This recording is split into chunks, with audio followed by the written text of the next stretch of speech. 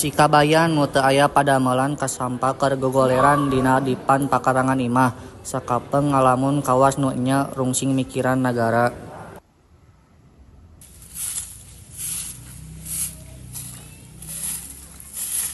Si kabayan teh geus barang kieu can hudang keneh.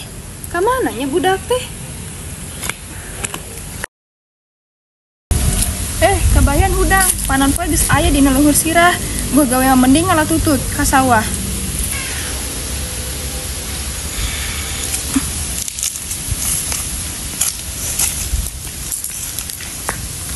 Kamana ngalana nih?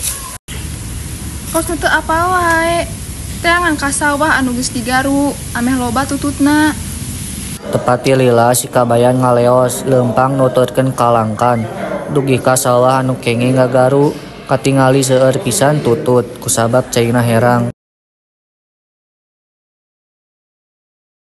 Kusabab dielang-elang teh katembong kalangkan langit. Kabayan ngarasa sawah teh jero pisan, padahal eta cai teu aya sajengkan acan. Iya nah, sawah teh asa jero-jero teuing nepi ka tingali langit kieu. Di hareupeun imah ninina nungguan bari sasapu, nepi ka keselna anjeunna tos nyiapkeun bumbu keur ngasakan tutut. Ka mana nya budak teh? Geus asar kieu, bumbu tutut geus siap deui. Teungeunah teh imah kudu disampeurkeun. Ngarasa aya nu aneh, ninina nyusul ka sawah.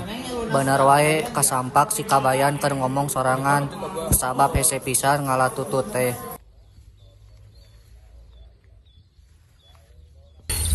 Nah, ai maneh kalakan nepokeun bae sawah, lain geurang ngalatutut.